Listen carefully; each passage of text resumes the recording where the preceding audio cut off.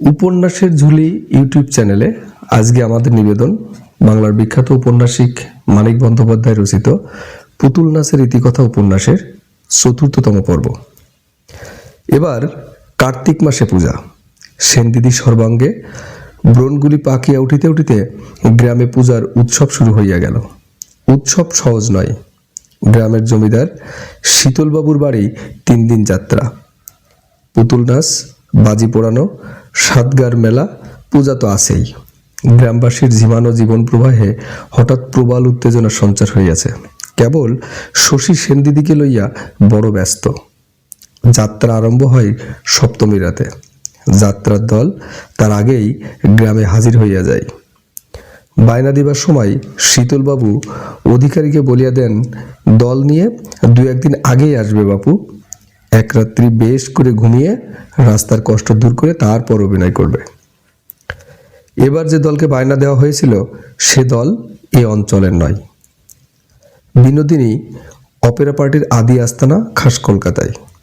বাজিতপুরের মথুরা সার ব্যবসা উপলক্ষে কলকাতায় যাওয়া আসা আছে। কিছুদিন আগে ছেলের বিবাহ। এই দলটি সে কলিকাতা হইতে ভাড়া করিয়া আনিয়াছিল। লোকমুখে দলের প্রশংসা শুনিয়া শীতলবাবু সেই সময় বায়না দিয়ে রাখিয়াছিলেন, কাল বিকালে বিনোদিনী অপেরা পার্টি আসিয়া পৌঁছিয়াছে। মস্ত দল, সঙ্গে অনেকগুলি বড় বড় কাঠের বাক্স। দেখিয়া গ্রামের লোক খুশি হইয়াছে। দলের অধিকারী বিএ ফেল, তবে দলে তার 2জন বিএ পাস অভিনেতা আছে। থিয়েটার? হ্যাঁ, যাত্রা। অপেরা পার্টির নাম যে, তাই ভালো, যাত্রাই ভালো। সাতগার কাছারি বাড়িটা সাফ করিয়া যাত্রাওয়ালাদের থাকিতে দেওয়া হইয়াছিল। দলের সকলের মশারি নাই, কুমুদের আছে। রাত্রে তার ঘুম মন্দ হয় নাই। সকালে উঠিয়া সে শশীর সঙ্গে দেখা করিতে আসিল। শশী অবাক হইয়া কইল, তুই? কুমুদ হাসিয়া বলিল, না রে, আমি প্রবীর। শশী বুঝিতে পারে না প্রবীর কি। প্রবীর? গ্রামে বিনোদিনী অপেরা পার্টি এলো, চারিদিকে হইচই পড়ে গেছে, খবর পাসনি? তুই যাত্রা দলের সঙ্গে এসেছিস কুমুদ? তুই যাত্রা করিস? কথাটা বিশ্বাস করতে এত বিস্ময় বোধ হয়। কুমুদ বদলাইয়া গিয়াছে। মুখে আর সে জ্যোতি নাই, চুলে নেই অন্যমনস্ক বিদ্রোহ নাই। এত সকালেও কুমুদ কিছু প্রসাধন সরিয়া তবে দেখা করিতে আসিয়াছে। তবু যতই বদলাক, এ তো সেই কুমুদ। মানের বই না দেখিয়া যে একদিন তাহাকে ক্লাসের কাব্য সঞ্চালনে শেলীর দুর্বোধ্য কবিতা বুঝাইয়া দিয়াছিল, মোনালিসার হাসির ব্যাখ্যা করিয়াছিল, কুমুদ বলিল, করিবই কি যাত্রা। প্রবীর সাজি, লক্ষণ সাজি, চন্দ্রকেতু সাজি, আরো কত কি সাজি, গলা ফাটিয়ে পার্ট বলি। 7টা মেডেল পেয়েছি। শশী অবাক হইয়া বলিল, আয় ঘরে আয়, বসে সব বলবি চল। কুমুদকে শশী তার ঘরে লইয়া গেল। ঘরে গিয়া এবার বলিল, একদিন পরে তুই এলি কুমুদ? এতকাল পরে তোর সঙ্গে দেখা হইল, কি আশ্চর্য। তার বিছানায় বসিয়া ঘরের চারিদিকে চাহিতে চাইতে কুমুদ বলিল, এতে আশ্চর্যের কি আছে? 3 বছর ধরে বাংলাদেশে কত গ্রামে ঘুরেছি তার ঠিক নেই। এবার তোদের গ্রামে এলাম। যাত্রা দলে ঢুকলি কেন? সে এক ইতিহাস শশী। বাড়ি থেকে দিল খেদিয়ে, নিলাম চাকরি, চাকরি থেকেও দিল খেদিয়ে। একদিন অন্তর অফিস গেলে কে রাখবে বল? ঘুরতে ঘুরতে বহরমপুর বিনোদিনী অপেরা পার্টির যাত্রা শুনে অধিকারীর সঙ্গে ভাব জমালাম। অধিকারী লোক ভালো রে বেশ। পরীক্ষা করে 17 টাকা মাইনে দিয়ে দলে নিয়ে নিল। 2-4টে সেনাপতির পার্ট করা গেল। খুব আবেগ ভরে চেঁচাতে শিখলাম। 1 বছরের মধ্যে মেন অ্যাক্টর 80 টাকা মাইনে দেয়। মাসে 8টার বেশি পালা হলে পালা পিছু 5 টাকা করে বোনাস। দলে আমার খাতির কত। কুমুদ হাসিল। Grand success. হ্যাঁ, শশীও হাসিল। তুই শেষে যাত্রা করবি এ কথা ভাবতেও পারতাম না কুমুদ। আমিও কি ভাবতাম রে। তখন আকস্মিক কথার অনটনে শশী বলিল, আজ তুই এখানে খাবি ভাই, সারাদিন থাকবি। কুমুদ বলিল, বেশ। মনে মনে শশী ভারী খুশি হয়েছিল। এতকাল পরে কুমুদের সঙ্গে দেখা হইয়াছে, শুধু এই জন্য নয়, কুমুদ নামিয়ে আসিয়াছে বলিয়া। কুমুদের সেই অন্যমনস্ক সরল উদ্যত নাই। নিজেকে সংসারের আর সকলের চেয়ে স্বতন্ত্র, সকলের চেয়ে বড় মনে করিতে সে ভুলিয়া গিয়াছে। এটুকু শশী প্রথম হইতে টের পাইতেছিল। কুমুদের কাছে নিজেকে তার সেটা ছোট্ট মনে হইয়াছে, তুচ্ছ মনে হইয়াছে। কুমুদের অন্যায়ের ইতিহাসগুলি শুনিয়া পর্যন্ত ঈর্ষার সঙ্গে তার মনে হইয়াছে এত সাহস, এত মনের জোর, এতখানি তেজ তার নাই। এরকম অসাধারণ ব্যক্তিত্বের অভাবে জীবনটাই বৃথা হয়ে গেল তার। আজ কুমুদের মৃদু অস্বস্তি, চেষ্টা করা সহজ ব্যাপার, এবং একেবারে যাত্রার দলে অধপতন তাহাকে যেন শশীর চেয়েও নিচে নামাইয়া দিয়াছে। বন্ধুকে আর শশীর গুরুজন মনে হইতেছে না। কুমুদ বলিল, তোর ঘরখানা বেশ সাজানো, গ্রামে থেকে গেয়ে বনে যাসনি দেখছি। সে আবার একটু হাসিল। তার পূর্বের হাসির সঙ্গে তুলনা করিয়া এই হাসিকে শশীর মনে হইল ভীরু, অপরাধী হাসি। কতকাল ধরে কারো বাড়িতে ঢুকিসনি জানিস শশী? 4 বছর। পারিবারিক আবহাওয়াটা মুগ্ধ করে দিচ্ছে। বিয়ে করেছিস? না, করিসনি। তোর ঘর দেখে মনে হচ্ছিল বউ আছে। ঘর কে গুছিয়েছে রে? বোন। উঠানে যাকে দেখলাম, ও বোন নয়, ভাগ্নি, পিসির মেয়ের মেয়ে। বোন একটা আছে, ছোট, 8 বছর বয়স। গোছানোর বদলে বরং নোংরাই করে দিয়ে যায় বেশি। আমার খাটের তলাটা হলো ওর খেলাঘর। তাকিয়ে দেখ, পুতুলেরা সার সার ঘুমাচ্ছে। এইবার ঘুম ভাঙবে, খুকির আসর সময় হলো। একটু চেষ্টা করে ভাব জমাস। ভারী চালাক মেয়ে, ভারী বুদ্ধি। পড়াচ্ছি কিনা আমি জানি, চটপট শিখছে। সামনের বছর স্কুলে ভর্তি করে দেব ভাবছি। শশী চিন্তিত হইয়া মাথা নাড়ে। দেব বলছিস? হবে কিনা ভগবান জানেন। বাবার এসব পছন্দ নয়। হয়তো বলবেন, ছেলে লেখাপড়া শিখে হয়েছে অবদ্ধ, মেয়ে কি হবেন ভগবান জানেন। স্কুলে টুলে দিয়ে কাজ নেই বাপু, শেখা না, বাড়িতেই শেখা। কুমুদ শশীর মুখের ভাব লক্ষ্য করিতেছিল। বলিল, বুঝিয়ে দিস, আজকাল মেয়েদের স্কুলে না দিয়ে চলে না। বুঝিয়ে বাবাকে, বাবা শেখেলে মানুষ। কথা বদলাইয়া বলিল, ঘর কে গোছায়া দিয়েছিল বলিসনি কিন্তু। এ হলো বাংলাদেশ। একজন রোজগার করে 10 জনে খায়। ঘর গোছাবার লোকের অভাব নেই। তবে বন্ধুকে শশী চোখ ঠাড়িল। নিজের ঘর আমি নিজেই গোছাই। শশীকে যামিনী কবিরাজের বইয়ের কাছে যাইতে হবে। এই কর্তব্য অবহেলা করিবার উপায় ছিল না। বন্ধুকে খাইয়ে মোয়ার চন্দ্রপুলি খাওয়াইয়া শশী বিদায় হইল। গ্রামে পর্দাপ্রথা শিথিল, কিন্তু সে গ্রামেরই চেনা মানুষের জন্যে। শশীর বাড়ির মেয়েরা সকালবেলা অন্তপুরে পাক খায়। কুমুদ উৎসুক দৃষ্টিতে খোলা দরজা দিয়ে প্রকাণ্ড সংসারটির গতিবিধি যতটা পারে দেখতেছিল। খানিক পরে ছোট্ট একটি ছেলে আসিয়া দরজাটা ভেজাইয়া দিয়া গেল।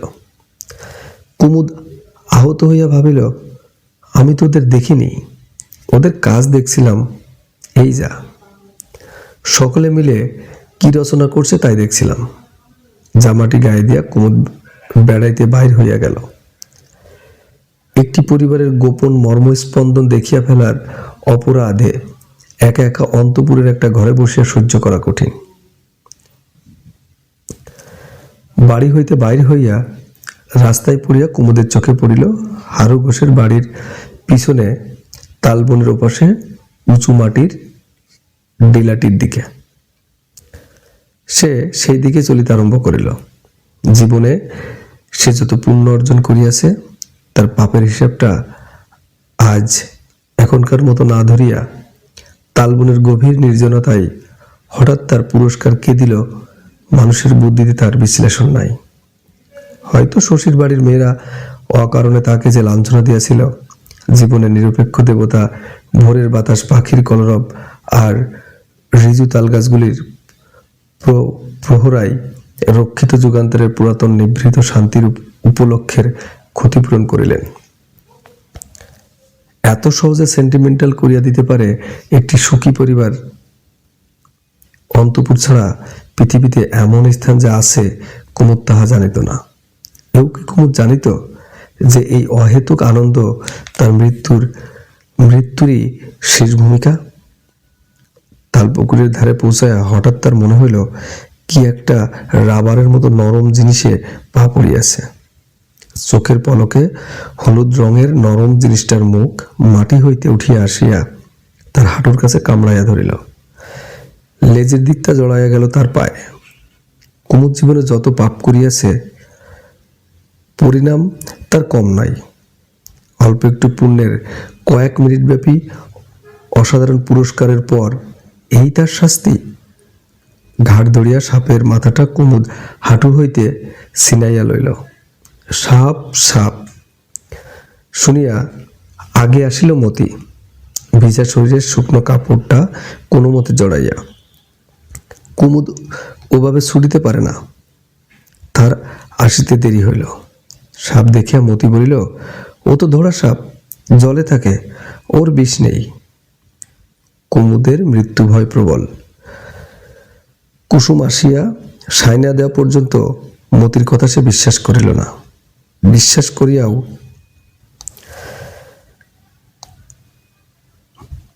যদি বিষ থাকে, চেনে তো শশীকে, তোমাদের পাড়াতেই থাকে ডাক্তার। কুসুম মুচকি হাসিয়া বলিল, যা লো খুকি, ছোটবাবুকে ডেকে আন। তার হাসিটা কুমুদের ভালো লাগিল না। ছোটবাবুর কে হন? খানিক পরে কুসুমের এক কথার জবাবে সে তাই সংক্ষেপে শুধু বলিল, কেহ না, বন্ধু। ছোটবাবু আমাদের বলতে গেলে একরকম আপনার লোক, দুবেলা আসেন। একথা শুনিয়া কুসুমকে হঠাৎ আত্মীয় জ্ঞান করিয়া বসিবার মতো মনের অবস্থা কুমুদের ছিল না। সে বলিল, ধরা সাপের বিষ থাকে না কেন? সব সাপের কি বিষ থাকে? ধরা হলো জলের সাপ। আমায় একবার কামড়েছিল, হয়তো ওই সাপটাই হবে। একদিন খুব ভোরে এই পুকুরে নাইছি। বেড়াতে বেড়াতে ছোটবাবু এসে পুকুর পাড়ে দাঁড়িয়ে গল্প করতে লাগলেন। এমনি সময় সাপটা এখানে কামড়ে দিল। কুসুম তার লিভারটা দেখাইয়া দিল। তার বোধহয় ধারণা ছিল মানুষের হৃদয়ের অবস্থানটা ওইখানে। ছোটবাবুকে বললাম, সাপে কামড়েছে ছোটবাবু। শুনে ছোটবাবুর মুখ যা হয়ে গেল। কি হয়ে গেল? কুমুদ কৌতূহল বোধ করিতেছিল। শুকিয়ে গেল, ছাইবর্ণ হয়ে গেল। সাপের কামড়ে তোমার কিছুই হইল না? কুমুদ তুমি বলাই কুসুম রাগ করিয়া বলিল, কথা বলতে শেখেননি দেখছি তুমি, ভদ্রলোক তো। তারপর দুজনেই দমিয়া যাওয়ার আর কথা হইল না। তাল গাছগুলি নিঃশব্দে দাঁড়ায়া একটা মাছরাঙা ঝুপ করিয়া তাল পুকুরে আশ্রয়া পড়িল। দুপুর বেলাটা বন্ধুর সঙ্গে গল্প করিয়া কাটাইয়া বেলা পড়িয়া আসিলে কুমুদ বিদায় গ্রহণ করিল। সকাল সকাল পালা শুরু হবে। যাবে তো শশী? যাব বই কি, নিশ্চয়ই যাব। হারুর বাড়ির পিছনে সাতগা পর্যন্ত বিস্তৃত ধানের ক্ষেত। তার পুকুরের ধার হইয়া ক্ষেতের আল দিয়া কুমুদ সাতগার কাছারি বাড়ি পৌঁছিল। তাল পুকুরে সে মতিকে দেখিবার আশা করিতেছিল, কিন্তু যাত্রা শুনিতে যাওয়ার আয়োজনে ব্যস্ত মতির পুকুরে আসার সময় ছিল না। কুসুম রাতিতে ছিল, সন্ধ্যার আগেই খাওয়ার পাট চুকিয়া যাওয়া চাই। মতি আজ বিনা বাক্য ব্যয়ে তার সমস্ত হুকুম পালন করিয়া চলিতেছিল। পরাণ সব বিষয়ে উদাসীন। সন্ধ্যার আবির্ভাবে তার বোন আর বউ যত ব্যস্ত হইয়া ওঠে, সে যেন ততই ঝিমাইয়া যায়। রান্নাঘরে বসিয়া কুসুমের সঙ্গে সে প্রথম একটু গল্প জমাইবার চেষ্টা করিয়াছিল। গল্প করিবার সময় না থাকায় কুসুম তাকে আমল দেয় নাই। ধাওয়ায় বসে হুকা টানে না গো বাবু, মেয়ে মানুষের আঁচল দ্বারা পুরুষকে আমি দু চক্ষে দেখতে পারি না। কুসুমের ভৎসনায় চিরকাল পরাণের খারাপ লাগে। তবে স্পষ্ট খারাপ লাগার ভাবটা এত অল্প সময়ের মধ্যে মনের একটা উদাস বৈরাগ্য ও দেহের একটা ঝিমানা আলস্য পরিণত হইয়া যায় যে রাগিবার অবসর প্রায়ই সে পায় না। মাঝে মাঝে কুসুমকে তার ভারী ছেলে মানুষ মনে হয়। 14 বছর বয়সে তার বউ হইয়া এতকাল কুসুমের শরীরটাই যেন বড় হইয়াছে, মনের বয়স বাড়ে নাই। মোক্ষদাকে একখানা ফর্সা কাপড় পরিতে দেখিয়া পরাণ জিজ্ঞাসা করে, তুমিও যাবে নাকি মা যাত্রা শুনতে? না, আমার আবার যাত্রা কি? জোর করিয়া ধরিলে মোক্ষদা যাইতে রাজি আছে, কিন্তু এরা কেউ যাইতেই বলিও না তাহাকে। আগে হইতেই মোক্ষদাতা জানে, তাই সাতরাদের বুড়ি পিসির সঙ্গে সে আগেই পরামর্শ ঠিক করিয়া রাখিয়াছে, তারা দুজনে যাত্রা শুনিতে যাইবে। বাড়ি আসিয়া মোক্ষদা তাহলে বলিতে পারিবে যাত্রা শুনিবার শখ তার একটুও ছিল না। কি করিবে? আরেকজন টানিয়া লইয়া গেল, জোর করিয়া টানিয়া লইয়া গেল। পরাণ বলে, ফর্সা কাপড় পরে তুমি তবে যাচ্ছ কোথায়? সাতরাদের বাড়ি যাব বাবা, যদুর পিসি একবার ডেকেছে। কুসুম ঝা করিয়া সামনে আসিয়া পড়ে। কাল যেও মা, কাল যেও, আমরা এখন বেরোবো। তুমি চললে সাতরাদের বাড়ি, বাড়িতে তাহলে থাকবে কে? মোক্ষদা তার কি জানে, যার খুশি থাক। তোমরা যাবে যাত্রা শুনতে, বাড়ির ব্যবস্থা তোমরাই করো বাসা, আমি তার কি জানি? আমি বুড়ো মানুষ, সব ব্যাপারে আমাকে টানো কেন? আমি আছি নিজের শতেক জ্বালাই। কুসুম রাগিয়া বলে, জ্বালা বাবু সংসারে সবার আছে, ঘরে বসে জ্বললেই হয়, এমন শত্রুতা করা কেন? আগেই জানি শেষকালেতে একটা ফ্যাকড়াতে বাঁধবে। মোক্ষদা বোধহয় একটু লজ্জাবোধ করে, হয়তো তার মনে হয় বুড়ো মানুষের যাত্রা শুনিতে যাওয়ার জন্য এ কাণ্ড করা উচিত নয়। বাড়িতে থাকিতে রাজি হইয়া সে গুম খাইয়া বসিয়া থাকে। রান্না শেষ করিয়া কুসুম স্বামীকে খাওয়ায়, তারপর ননদের সঙ্গে এক থালা নিজে খাইতে বসে। পরাণ পেট ভরিয়া খায়। কুসুম আর মতির গলা দিয়ে আজ ভাত নামিতে চায় না। ফেলাছড়া করিয়া কোনো রকমে তারা খাওয়া শেষ করে। দিনের আলো যত স্নান হইয়া আসে, মনের মধ্যে তাদের এই আশঙ্কা ততই প্রবল হয়ে ওঠে যে ওদিকে বুঝি যাত্রা শুরু হইয়া গেল। মতিকে কাপড় পরিতে হুকুম দিয়া কুসুম হেসেল তুলিয়া বলে, পুকুরে যাওয়ার সময় এখন নাই।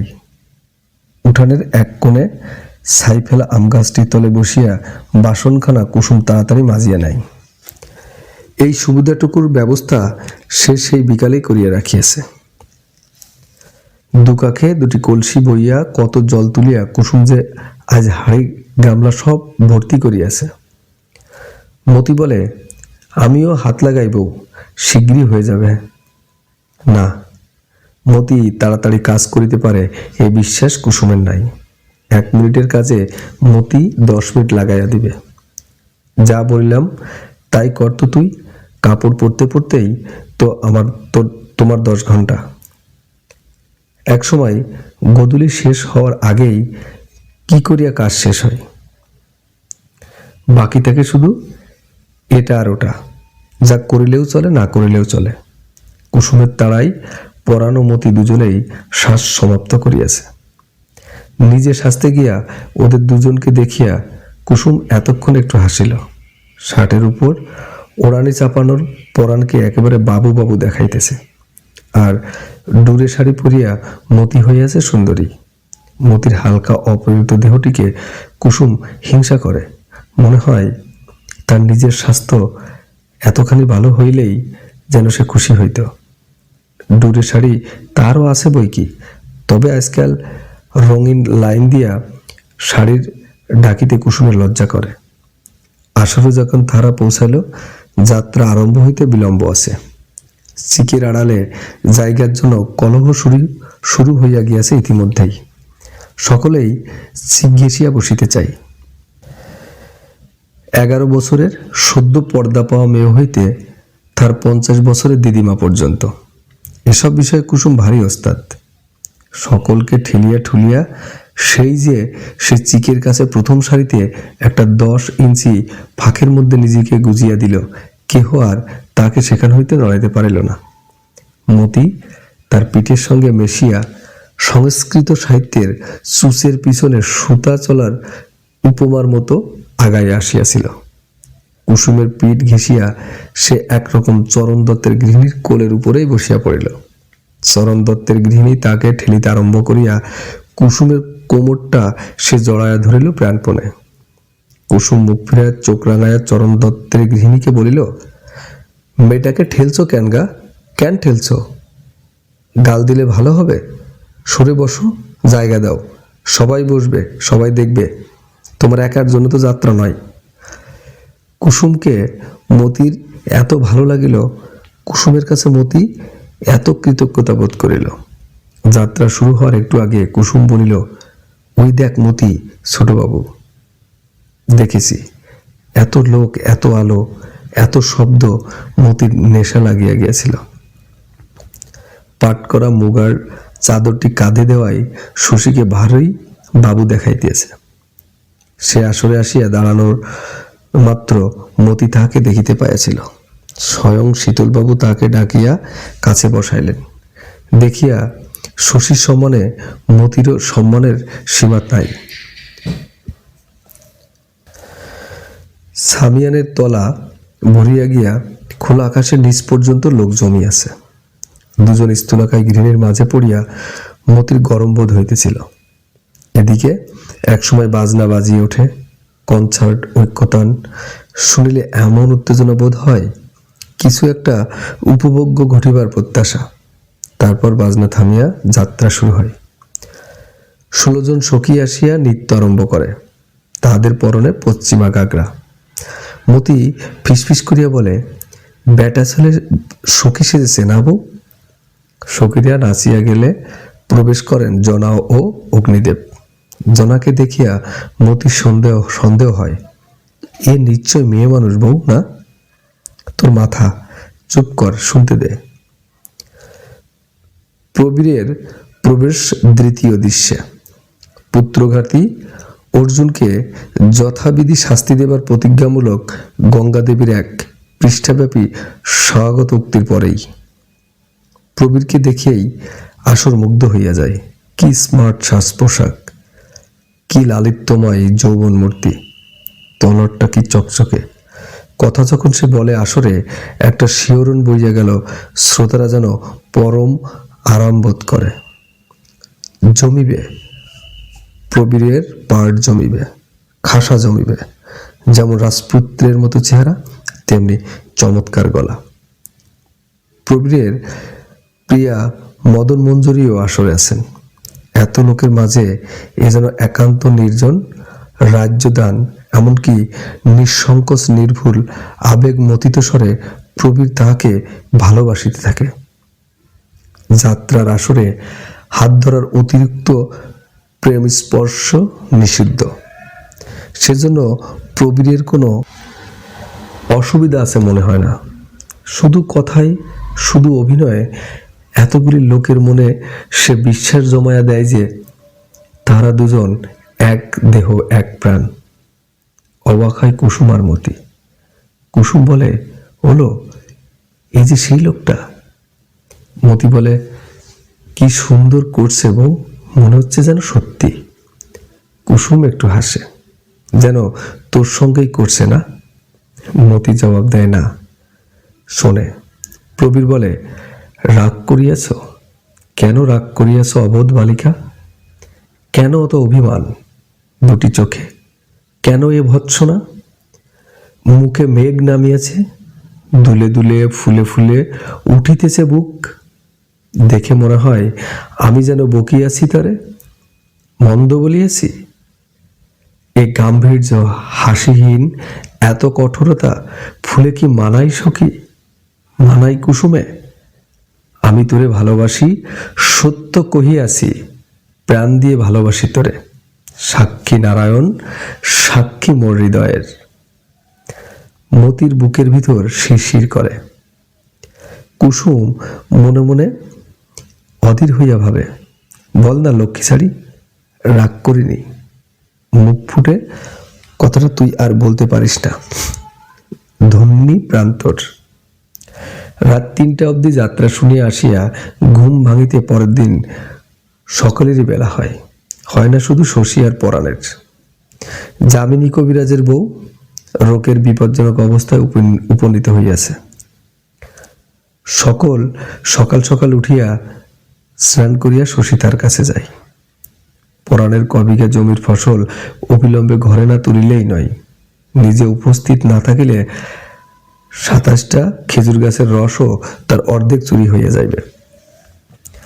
তাল গাছ ছাড়া আর কোনো গাছ পরাণ এবার জমা দেয় নাই। এবার সে নিজেই খেজুর রস জ্বালা দিয়া গুড় করিবে। ডাঙ্গা জমিতে এবার সে কিছু মূলারও চাষ করিবে বলে স্থির করিয়াছে। শশী বলিয়াছে, জমিতে হাড়ের সার দিলে মূলা ভালো হয়। 10 গুড়া হাড় পরাণ পরীক্ষার জন্য আনাইয়া লইয়াছে, এখনো জমিতে দেওয়া হয় নাই। পরাণের অনেক কাজ।